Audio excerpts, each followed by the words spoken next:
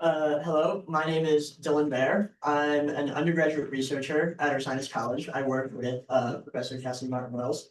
Um, this is my second year coming to PCC, and thank you all for having me again. So yeah, I'm going to be talking about a semi-automated program for classifying secondary graders using digital terrain models. So overall, Cassie has been working on a pipeline tool to help undergraduate researchers like myself get into the field of planetary science. Much like we were discussing at the end of the day yesterday, getting new people into the field is a long process, and making sure they're doing things correctly and clearly is very important. So this pipeline is going to be used as a teaching tool, as well as being repeatable and transparent with exactly how it is taking data, how it is choosing results, and like every step along the way is very clearly laid out. So how it works is we are looking at many different methods of classifying craters. And all of these methods have been proven in the literature, and we're not trying to do anything new. We're just trying to automate all of these methods in one place to be a good introduction to this field. Some of these methods include analyzing ejecta asymmetry, topographic asymmetry, clustering, the orientation of the craters compared to the parent crater, depth to diameter ratio, and elliptical platform. So what is this talk about? So this summer specifically, I created a program to find the depth to diameter ratio for a set of candidate craters using DEMs.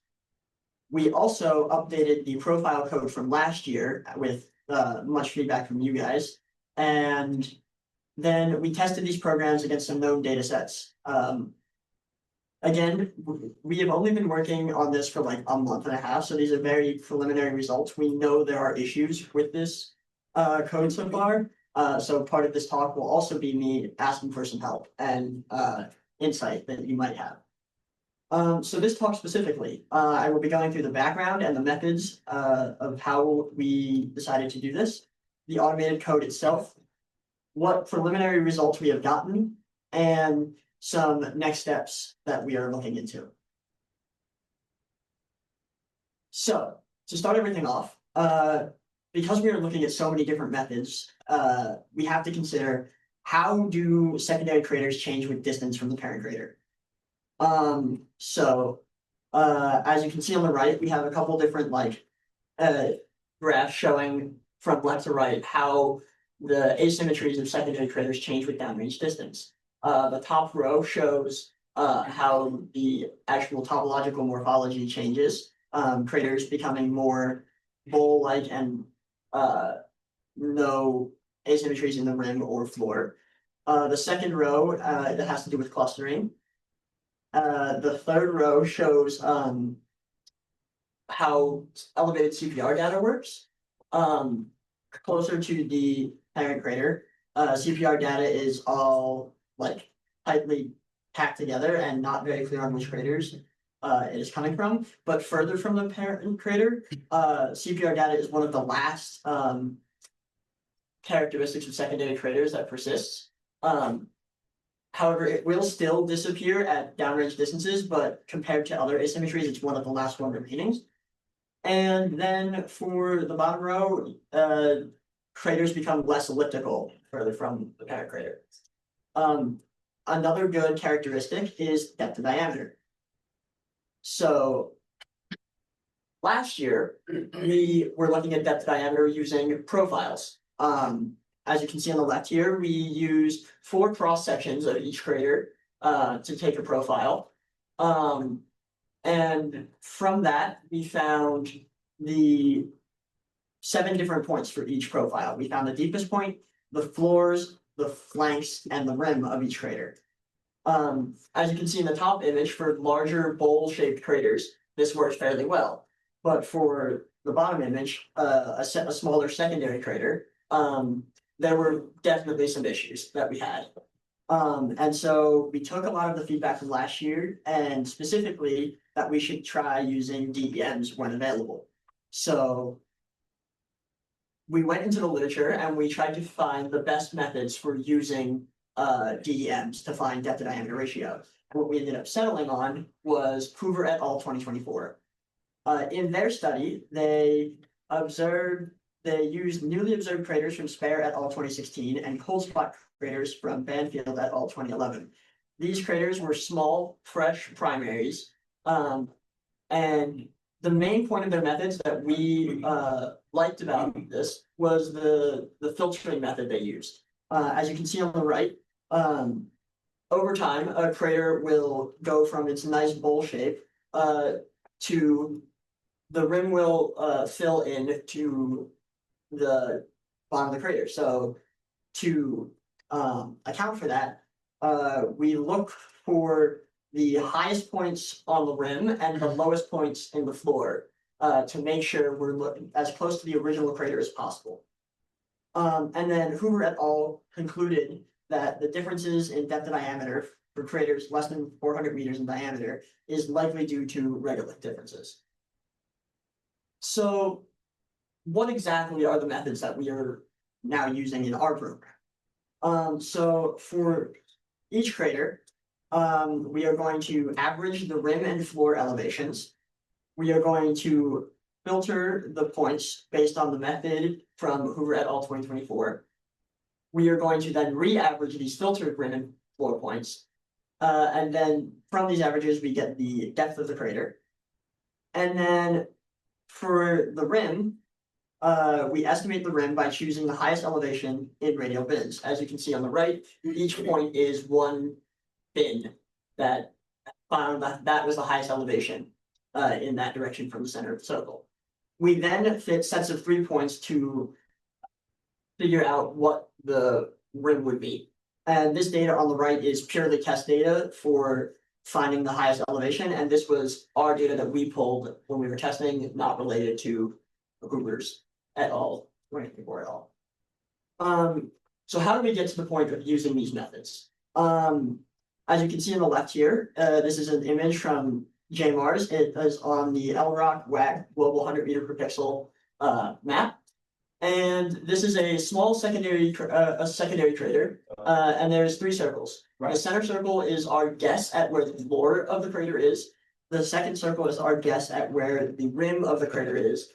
And the largest circle is our guess at the surrounding area of the crater.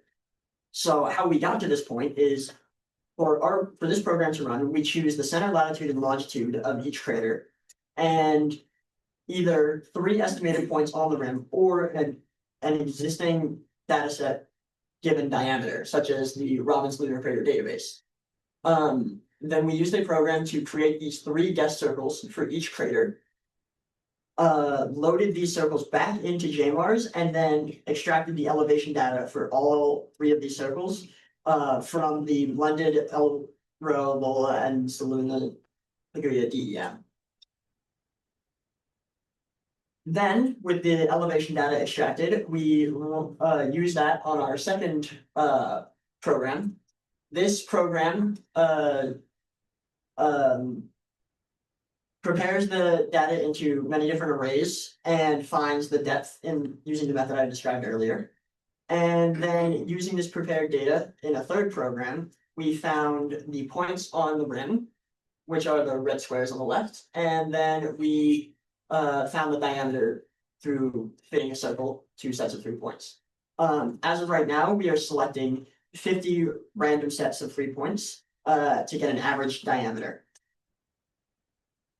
So now that I've explained the methods and how our code is working itself, what data do we actually use this summer? So we used 4 different regions of possible and known secondary craters around Tycho. And for regions A and B, these are secondary crater chains along rays of Tycho directly to the northwest.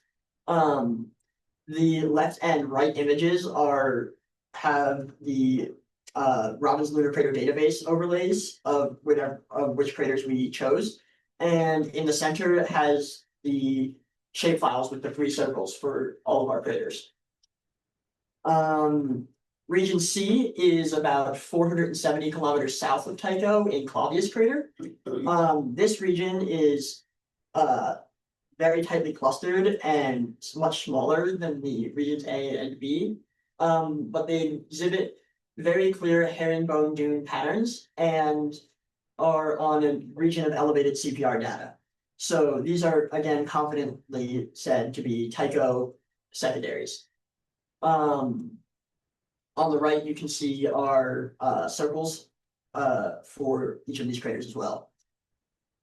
And finally, region D, this group of craters is also in Clavius crater, about 400 kilometers south of Tycho. These craters are similar to region C in that they're tightly clustered. Not the 5 that we were able to choose, but just the general region. However, they do not have the same herringbone dune patterns. So these are not clearly Tycho secondaries. However, this region also has the elevated CPR data that region C has. So, but it is not clear exactly which craters are producing that. So this area is very much an experimental area to see how our program does on less clear craters. So what worked well? Larger circular craters had good rim points and rim fits. These were fairly close to what was in the Robinson Lunar Crater database. For smaller craters in regions C and D, finding the rim points was pretty okay. But the rim fits themselves were a little larger for most of these craters. So what didn't work well? This was more of what happened. For highly elliptical craters, we were only fitting a circle, so obviously we are not going to be able to accurately show what the rim of the crater looks like. For this, we are hoping to move from fitting a circle to 3 points to fitting an ellipse for 5 points in the future. We had some inaccurate rim estimates where it shows rim points in the center of the crater or way outside the crater. A potential idea we had for this was to force the rim points to be within a certain radius of the center of the crater. For choosing 3 points for the rim, since we are only going through about 50 sets of finding diameters from sets of 3 points, we think increasing that amount will cause things like this to not happen, where it chooses too many points right next to each other and skews the average of the diameter to be much smaller than the actual crater itself. And then on overlapping craters in the regions C and D, these craters, the rim points were chosen for each crater individually. However, with how closely overlapped these craters were, there were some errors. And for this, we are hoping to implement a background subtraction portion to our program, which then takes me to our future work. As I said, we are wanting to move to fitting ellipses. We want to force the rim points to be within a given radius, and we want to implement background subtraction. And then some further tests we want to run are using smaller craters that are not in the Robinson Lunar Crater database, specifically in regions C and D. We want to test the full pipeline and compare the DEM code from this year to the profile code from last year. And we want to do more extensive verification against small primaries or other secondary craters. Now, thank you for hearing my talk, and I now have quite a few questions for the room, as well as opening it up for any questions for myself. Aren't we supposed to ask you the questions? Yes, but if there are any questions first, we'll take those. But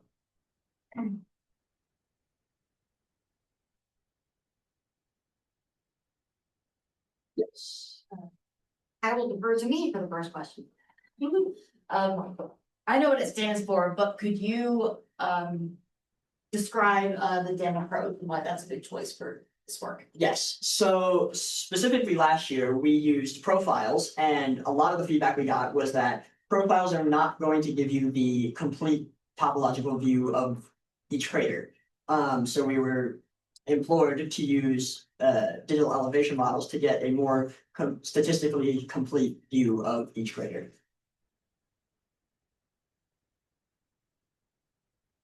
How does the tool deal with low weight rims? Well, sorry? How does the tool deal with low weight rims? Um, It doesn't. no, it probably would not. In the regions we were looking at so far, we haven't had any low bait rims as far as I'm aware. That is definitely something to consider for using this tool on other regions of the moon or just larger areas in general. But we have not run into that so far. Second question. In some of these slides there were where you were showing the chains, right? Some were highlighted and some were not. Was that intentional or? That was unintentional. When I was making the slides, some of them had just been filled in and some of them were not, and I only realized that like yesterday, that half of them were one way and half of them were the other. So that was. Okay, so like it would have identified them all otherwise or not? Because it only picked some along the chain. I think I actually might be misunderstanding you. Oh. I'm gonna go back to the, Yeah, like here, right? yeah, I assume where all these circles are is what is identifying as a secondary crater. yes, All the others are missed. There's many that are missed. okay. Was there a reason for why those were not? Yes, for this region specifically and all of the regions, on the left, the highlighted craters are the craters that were in the Robbins Lunar Crater database. All of the other craters here were not in that database. They're much smaller. So for just these preliminary results, we were simply comparing to the Robbins Lunar Crater database. One of the things we want to do in the future is go back to these regions and look at all of the craters in these regions. I see. But just for now, we simply compared to the Robbins Lunar Crater.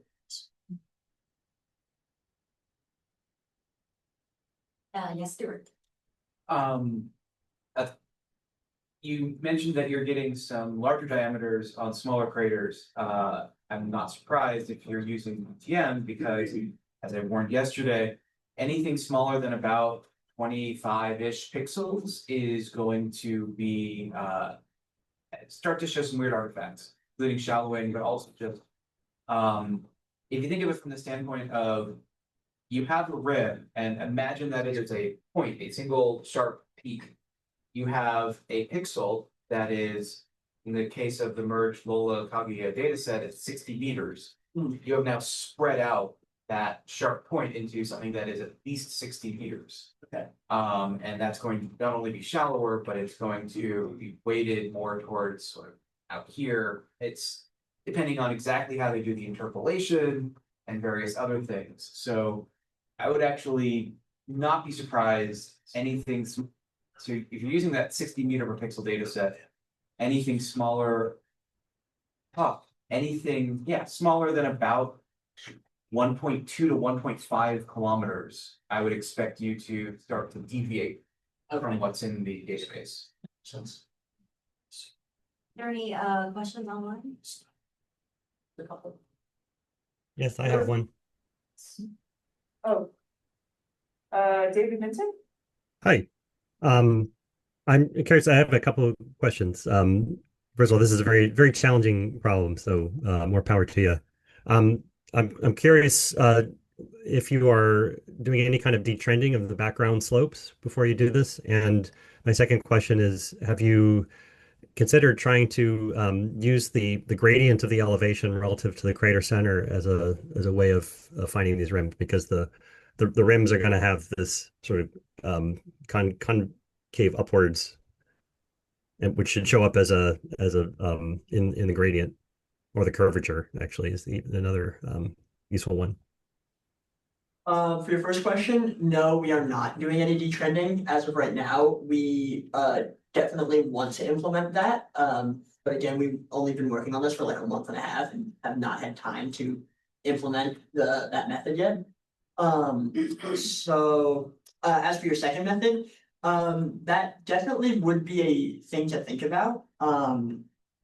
I wouldn't be surprised if that is a good like method to use in parallel to what we're already doing as like a secondary check. That I would be interested to see how that works.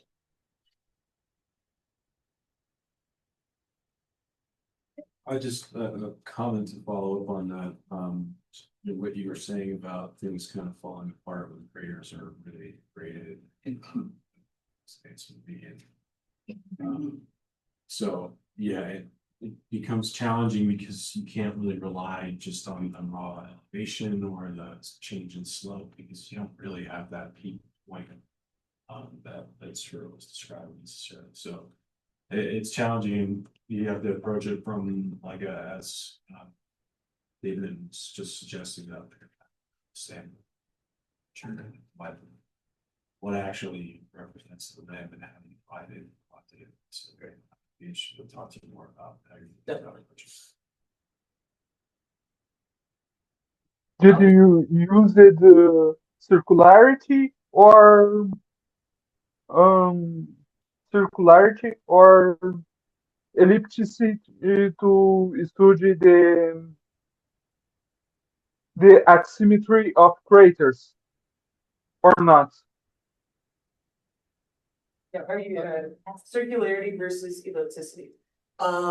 Yeah, so we were only fitting circles at this point, which as I showed earlier, led to a lot of issues, specifically looking at these close secondary craters to Tycho, because of how highly elliptical they are. So we definitely want to implement using ellipses as well, because of these issues. Again, we just did not have time before this, but yeah, we definitely want to implement that. Slope aspects, direction of the direction of the direction of the depth, slope aspect parameter, not or not. I don't think I am understanding what you are asking. Yeah, you're cutting out a little bit, so if you put the question in the chat, that may be helpful.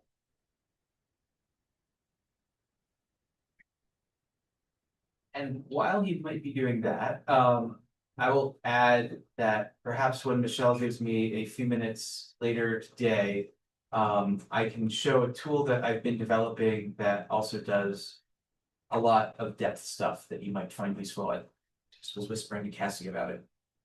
Thank you.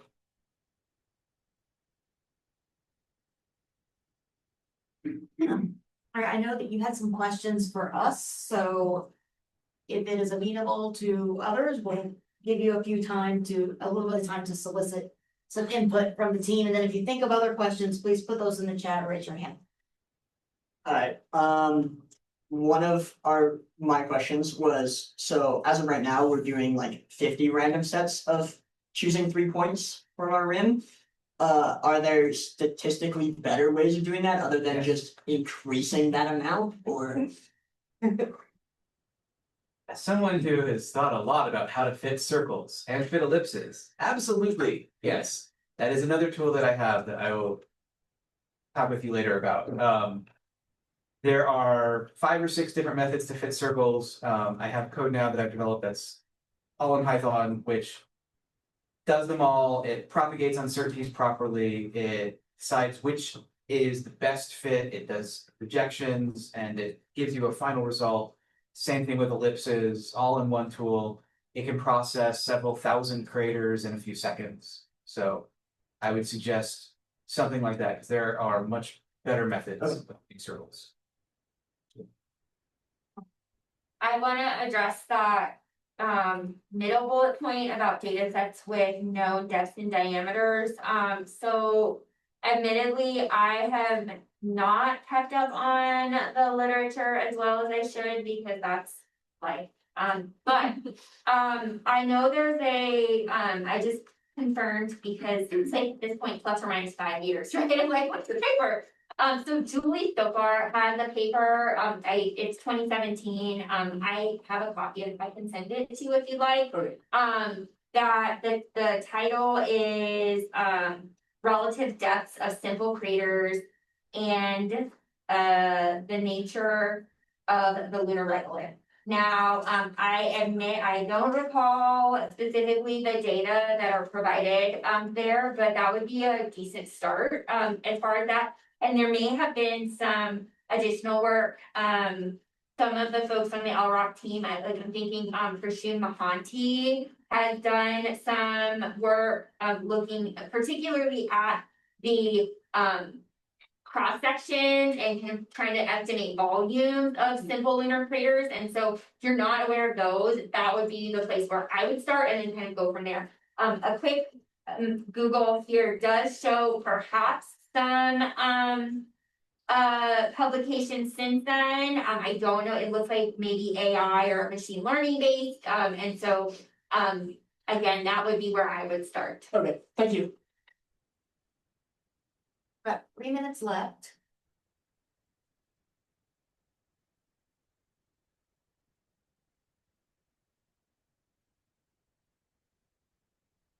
I mean, my Mars crater database has depths attached to it from MOLA. And Rachel Hoover is finally getting ready to submit the paper on calculating about 780,000 depths for the craters on the moon. So that's a thing. Anything in the chat? Yeah. There was a question about whether you're using slope aspect or direction of slopes in crater rims. We are not using slopes at all. We're only like going from the center of the crater and then in each direction just moving outward, keeping track of the highest elevation, and then just saving the highest elevation for each direction. It definitely would be interesting and probably helpful to try using slopes, but we just have not done that yet. Also in the chat is great work, Dylan, congratulations. I will add to Lillian's statement about there are several AI-based depth calculations for craters on the moon. I don't trust any of them because, as you have found out, the moon is complicated, and doing it in a fully automated way is going to yield crap, in my opinion. And very measured and calm opinion.